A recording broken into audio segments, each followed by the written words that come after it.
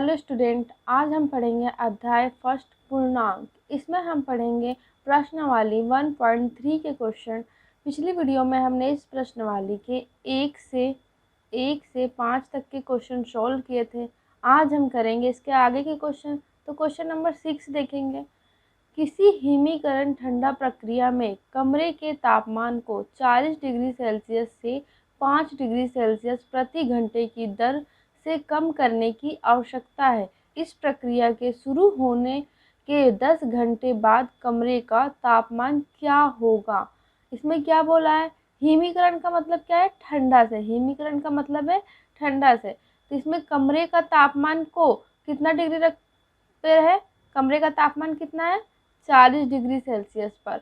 प्रति घंटे मतलब 1 घंटे, प्रति घंटे की दर से कितना कम करने की आवश्यकता है, 5 डिग्री सेल्सियस। मतलब 1 घंटे में हमें 5 डिग्री सेल्सियस कमरे का तापमान कम करने की आवश्यकता है। इस प्रक्रिया के शुरू होने के क्या बोला है, 10 घंटे बाद हमें बताना है 10 घंटे बाद कमरे का तापमान क्या होगा। तो हम यहाँ लिखते हैं, पहले कमरे का तापमान कितना है पहले वो लिख लेते हैं। तो हम यहाँ लिखेंगे कमरे का तापमान कितना है, कमरे का तापमान 40 डिग्री सेल्सियस। फिर क्या बोला, प्रति घंटे मतलब 1 घंटे बाद कमरे का तापमान क्या होता है, मतलब कितना परिवर्तन होता है। तो हम यहाँ पे ये लिख लेते हैं, यहाँ पे लिखेंगे 1 घंटे में तापमान परिवर्तन। 1 घंटे में कितना तापमान परिवर्तन हो रहा है, 5 डिग्री सेल्सियस। तो कम हो रहा है, यहाँ पे क्या बोला, कम करने की आवश्यकता है। तो मतलब हम -5 डिग्री सेल्सियस करेंगे। कम जब होता है तो क्या होता है, माइनस लगता है। तो -5 डिग्री सेल्सियस कम करने की आवश्यकता है। तो 10 घंटे में तापमान का परिवर्तन क्या होगा, हम ये निकाल लेते हैं। तो 10 घंटे में तापमान परिवर्तन, जब 1 घंटे में -5 डिग्री सेल्सियस परिवर्तन हो रहा है तो 10 घंटे में कितना होगा, तो 10 × -5 यही करेंगे हम। तो यहाँ पे क्या हो जाएगा, जब हम इसका करेंगे इंटू तो कितना हो जाएगा, माइनस प्लस माइनस, 10 का इंटू 5 से करेंगे तो कितना हो जाएगा 50 डिग्री सेल्सियस। 10 घंटे में तापमान में परिवर्तन कितना हो रहा है, -5 डिग्री सेल्सियस। लेकिन कमरे का तापमान कितना था 40 डिग्री सेल्सियस। और क्या बोला, 10 घंटे बाद कितना रह जाएगा, तो हमें ये निकालना है। तो हम यहाँ निकालेंगे 10 घंटे बाद कमरे का तापमान। 10 घंटे बाद कमरे का तापमान कितना रह जाएगा, ये निकाल लेंगे। तो क्या हो जाएगा, 10 घंटे बाद 40 डिग्री था, 40 डिग्री सेल्सियस था, प्लस और कितना हो गया यहाँ पे 10 घंटे में परिवर्तन, -50 डिग्री सेल्सियस, यही हो गया। अब 40 degree Celsius minus plus -50 degree Celsius. अब क्या होगा, माइनस प्लस है तो माइनस हो जाएगा। तो यहाँ पे क्या हो जाएगा, -10 डिग्री सेल्सियस। 10 घंटे बाद कमरे का तापमान क्या रह गया, -10 डिग्री सेल्सियस। यहाँ पे हम लिख लेते हैं 10 घंटे बाद कमरे का तापमान -10 डिग्री सेल्सियस हो जाएगा। ये हमारा हो जाएगा आंसर। हम क्वेश्चन नंबर 7 देखेंगे। 10 प्रश्नों वाले एक कक्षा टेस्ट में प्रत्येक सही उत्तर के लिए 5 अंक दिए जाते हैं और प्रत्येक गलत उत्तर के लिए -2 अंक दिए जाते हैं एवं प्रयत्न नहीं किए गए प्रश्नों के लिए 0 दिए जाते हैं। इसमें क्या बोला है, एक कक्षा में 10 प्रश्नों का एक टेस्ट होता है। प्रत्येक सही उत्तर के लिए कितने अंक दिए जा रहे हैं, 5 अंक। और गलत उत्तर के लिए -2 अंक दिए जाते हैं। और जो प्रयत्न नहीं करते, जो क्वेश्चन नहीं करते, उसके लिए कितने अंक दे रहे हैं, 0। तो हमें बताना है कि मोहन 4 प्रश्नों का सही और 6 प्रश्नों का गलत उत्तर देता है तो उसके द्वारा प्राप्त अंक कितने होंगे, ये बताना है क्वेश्चन फर्स्ट में। और सेकंड में बताना है रेशमा के 5 उत्तर सही और 5 उत्तर गलत है तो उसके द्वारा प्राप्त अंक कितने हैं। थर्ड में बताना है हीना के कुल 7 प्रश्न किए, उसमें से 2 का उत्तर सही है और 5 का उत्तर गलत है, तो उसके कितने अंक हुए। तो हम क्वेश्चन फर्स्ट सॉल्व करेंगे। यहाँ पहले हम लिख लेते हैं कि उसको सही उत्तर के लिए कितने अंक प्राप्त होते हैं। तो यहाँ लिख लेते हैं सही उत्तर के लिए अंक कितने सही उत्तर के लिए अंक मिल रहे हैं, 5। अब गलत उत्तर के लिए कितने अंक मिल रहे हैं यहाँ पे, -2। और जो प्रयत्न नहीं करते हैं, क्या बोला है यहाँ पे, प्रयत्न नहीं करते हैं, उसके लिए कितने अंक मिलते हैं यहाँ पे, 0। तब क्वेश्चन फर्स्ट में क्या है, मोहन 4 प्रश्नों का सही और 6 प्रश्नों का गलत उत्तर देता है। तो यहाँ पे हम निकालेंगे मोहन के 4 सही प्रश्नों में प्राप्त अंक, 4 प्रश्नों के सही अंक प्राप्त करता है तो कितने मिलते हैं, एक का उसे कितना मिल रहा है, 5 अंक, और सही कितने किए उसने, 4। तो क्या हो जाएगा, 4 पंचे 20।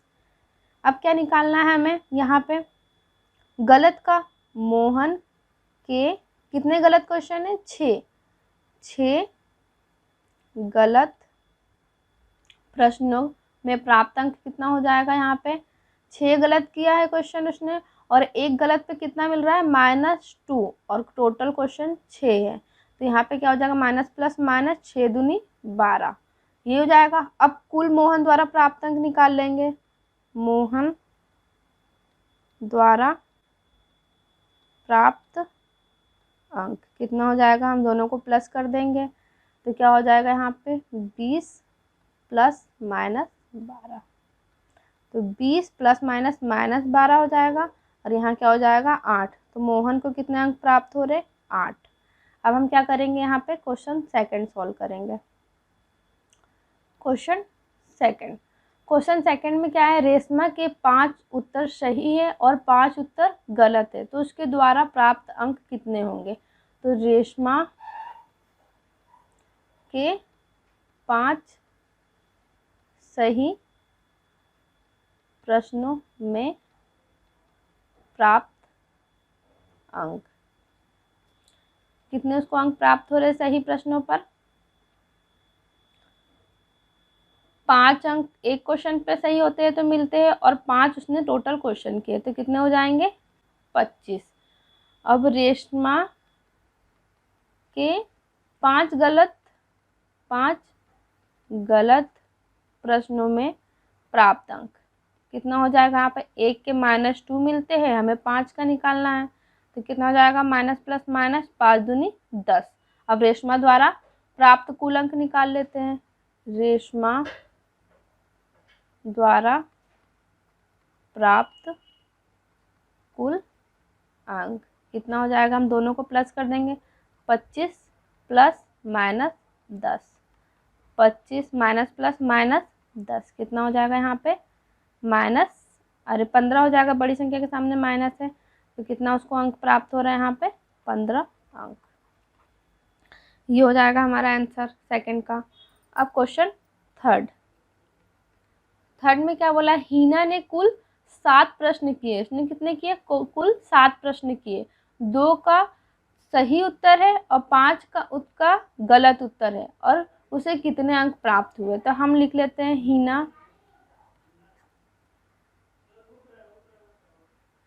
हीना के 2 सही प्रश्नों में प्राप्त अंक कितने किए इसने सही, 2, और एक सही पे उसको 5 अंक मिलते हैं, तो 5 दूनी 10। अब हीना ने गलत कितने किए हैं, हीना के 5 गलत प्रश्नों में प्राप्त अंक कितने, एक गलत पे 2 मिलते हैं, तो उसने 5 किए, तो कितना हो जाएगा, -5 दूनी 10, यही हो जाएंगे। अब हीना द्वारा उसने कितने प्रयत्न नहीं किए, उसने 3 क्वेश्चन उसने क्या किए, प्रयत्न नहीं किए, तो उसको कितने मिल रहे हैं, 0 अंक मिलेंगे। तो हमें ये लिखने की जरूरत नहीं है। हीना द्वारा प्राप्त कुल अंक, हीना द्वारा प्राप्त अंक कुल कितने हो जाएंगे, यहाँ पे इन दोनों को जोड़ देंगे तो 10 प्लस माइनस 10 ये हो गया। अब 10 माइनस प्लस माइनस 10 ये क्या हो जाएगा, 0। तो कितने अंक मिल रहे हैं उसको, 0 अंक मिलेंगे। हीना को कितने अंक मिल रहे हैं, 0। ये हो जाएगा हमारा आंसर। अब आगे क्वेश्चन देखते हैं। अब क्वेश्चन नंबर 8 देखेंगे। एक सीमेंट कंपनी को सफ़ेद सीमेंट बेचने पर 8 रुपये प्रति बोरी की दर से लाभ होता है और स्लेटी रंग की सीमेंट बेचने पर 5 रुपये प्रति बोरी की दर से हानि होती है। तो हमें क्या बताना है, किसी महीने में वह कंपनी 3000 बोरियां सफ़ेद सीमेंट की और 5000 बोरियां स्लेटी सीमेंट की बेचती है, तो उसका लाभ अथवा हानि क्या है। यदि बेची गई स्लेटी सीमेंट की बोरियां की संख्या कितनी है, 6400 है, तो कंपनी को स्लेटी सीमेंट की कितनी बोरियां बेचनी चाहिए ताकि उसे ना तो लाभ हो और ना ही हानि हो। हमें ये बताना है। इसमें क्या बोल रहा है, 2 कलर की सीमेंट है, इसमें एक सफ़ेद कलर की सीमेंट है और एक स्लेटी रंग की सीमेंट है। तो इसमें एक सफ़ेद रंग की सीमेंट की एक बोरी की कीमत कितनी है, 8 रुपये। मतलब एक बोरी सफ़ेद सीमेंट की बेचता है तो उसे 8 रुपये प्रति बोरी पर लाभ होता है। कितना हो रहा है, उसे 8 रुपये एक बोरी पर लाभ होता है। और स्लेटी रंग की जब सीमेंट बेचता है वो, तो उसे 5 रुपये एक बोरी पर क्या होता है, हानि होती है। तो हमें बताना है किसी महीने में वो क्या कर रहा है, 3000 बोरियां सफ़ेद रंग की सीमेंट की बेचता है और 5000 बोरियां स्लेटी रंग की सीमेंट की बेचता है, तो उसे लाभ और हानि कितना होगा, तो हमें ये बताना है। तो हम यहाँ पे क्वेश्चन नंबर फर्स्ट सॉल्व करेंगे। पहले यहाँ हम लिख लेते हैं सफ़ेद सीमेंट की एक बोरी पर लाभ कितना हो रहा है, उसे लाभ 8 रुपये। और स्लेटी सीमेंट की एक बोरी पर हानि, कितनी हानि हो रही है उसे, -5 रुपये हानि हो रही है, इसलिए हम यहाँ माइनस लगाएंगे, -5 रुपये। तो हमें क्वेश्चन फर्स्ट में बताना है कितनी उसने बोरी बेची है एक महीने, किसी महीने में 3000। तो हमें 3000 बोरी का निकालना है। तो 3000 सफ़ेद सीमेंट की बोरी बेचा है 3000, तो यहाँ पे हम लिख लेंगे सफ़ेद सीमेंट की बोरियां बेचने पर लाभ, हमें 3000 बोरी का निकालना है। तो 3000 इंटू एक बोरी का कितना है, 8 रुपये, तो हम 8 का इसमें इंटू कर देंगे तो निकल जाएगा, कितना हो जाएगा, 8 का 8 16 3 24, 8 3 24। अब हमें निकालना है कितना, 5000 स्लेटी सीमेंट की, यहाँ पे निकालेंगे हम 5000 स्लेटी सीमेंट की बोरियां बेचने पर हानि, कितनी हानि हो रही है, यहाँ पे कितनी बोरियां हैं, 5000। एक बोरी को बेचने पर कितना हानि होता है, -5 रुपये। तो हम यहाँ पे -5 का इंटू कर देंगे तो कितना हो जाएगा, 0 0 5 25, 25,000 रुपये, माइनस प्लस माइनस हो जाएगा। तो हम इसमें देख रहे हैं कि कौन सा ज़्यादा संख्या है, मतलब किस में ज़्यादा रुपए लगते हैं। तो लाभ हो रहा है हमें 24,000 रुपये का और हानि कितना हो रहा है, -25,000 रुपये का। तो इसमें हमारा क्या हो रहा है 24,000 25,000, इसमें से कौन सा ज़्यादा बड़ा है, 25,000 बड़ा है, मतलब हमें हानि ज़्यादा हो रहा है, लाभ हमें 24,000 का हो रहा है। तो हम देख लेते हैं हमें कितना हानि हो रहा है, टोटल हानि निकाल लेंगे यहाँ पे। कुल प्राप्त राशि कितना हो जाएगा यहाँ पे हमारा 24,000 प्लस माइनस 25,000। इसमें से हम माइनस करेंगे तो कितना हो जाएगा 24,000 माइनस 25,000। अब इसको माइनस करेंगे तो कितना माइनस 1,000 रुपये हमारा हो जाएगा।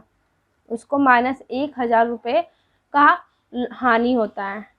क्वेश्चन नंबर सेकंड सॉल्व करेंगे। यदि बेची गई स्लेटी सीमेंट की बोरियों की संख्या 6400 है तो कंपनी को स्लेटी सीमेंट की कितनी बोरियां बेचनी चाहिए ताकि उसे ना तो लाभ हो और ना ही हानि हो। हमें क्या बोल रहा है, यदि बेची गई स्लेटी सीमेंट की बोरियों की संख्या कितनी है 6400 है। स्लेटी सीमेंट की बोरियों की संख्या 6400 है तो कंपनी को स्लेटी सीमेंट की कितनी बोरियां बेचनी चाहिए ताकि उसे लाभ हो ना ही हानि हो। तो हमें स्लेटी सीमेंट की बोरियों को बेचने में कितने रुपए की हानि होती है पहले हम ये निकाल लेते हैं। स्लेटी सीमेंट की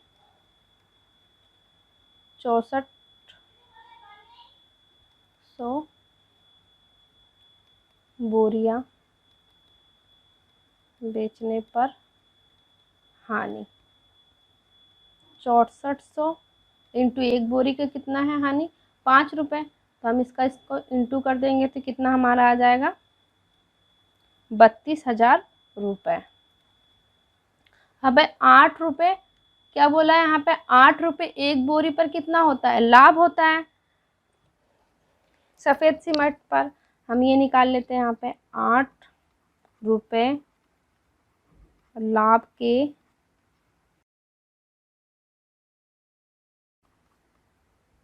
एक है तो हमें 1 रुपये लाभ के लिए सफ़ेद सीमेंट की बोरियों की संख्या निकालनी है। तो हम ये निकालने के लिए क्या करेंगे, इसमें 8 का भाग दे देंगे। तो इसी तरह हमें कितना निकालना है 32,000। क्या है यहाँ पे 32,000 है तो हम यहाँ पे निकालेंगे 32,000 रुपये के लिए 32,000 रुपये लाभ के लिए क्या करेंगे हम इसका इसमें भाग दे देंगे। तो 1/8 इंटू 32,000 तो क्या हो जाएगा यहाँ पे 8 चौक 32 तो कितना हो जाएगा 4,000 रुपये। क्या रहा उसे ना लाभ हो ना हानि हो उसके लिए 4,000 रुपये चाहिए। उसे कितने रुपए चाहिए, उसे लाभ और हानि को ना उसको लाभ हो ना हानि हो बराबर करने के लिए उसे और 4,000 रुपये चाहिए। यही हमारा हो जाएगा आंसर। अब क्वेश्चन नंबर 9 देखें। निम्नलिखित को सत्य कथन में परिवर्तन करने के लिए रिक्त स्थानों को एक पूर्णांक से प्रतिस्थापित। क्वेश्चन फर्स्ट देखेंगे। यहाँ क्या है -3 इंटू यहाँ क्या है रिक्त स्थान इक्वल 27। हमें क्या लाना है +27। +27 लाने के लिए -3 में किसका इंटू करेंगे कि +27 आए। तो हम यहाँ -9 का इंटू करेंगे तो क्या आ जाएगा हमारा 27 क्योंकि माइनस माइनस क्या हो जाएगा प्लस और 9 तिया 27। यहाँ पे क्या है हमारा 35। अरे यहाँ पे क्या है -35। हमें 5 में ऐसी संख्या का इंटू करना है -35 आए तो हम किसका इंटू करेंगे कि आएगा क्योंकि ये प्लस में है तो हम -7 का अगर इंटू करते हैं तो क्या आ जाएगा -35। माइनस प्लस माइनस हो जाएगा और 7×35 हो जाएगा। इसी तरह हमें यहाँ क्या चाहिए -56। हम -8 में किसका इंटू करें कि हमारा 56 आए तो हम यहाँ पे किसका इंटू करेंगे 7 का इंटू करेंगे तो हमारा आएगा -56। क्वेश्चन डी में देखेंगे। क्वेश्चन डी में क्या लाना है हमें 132। अब -12 में हम किसका इंटू करें कि 132 आए तो हम -11 का इंटू करेंगे तो क्या आएगा 132 क्योंकि माइनस माइनस प्लस हो जाएगा और 12 का इंटू अगर 11 में करेंगे तो 132 आएगा। हमारा ये हो जाएगा आंसर।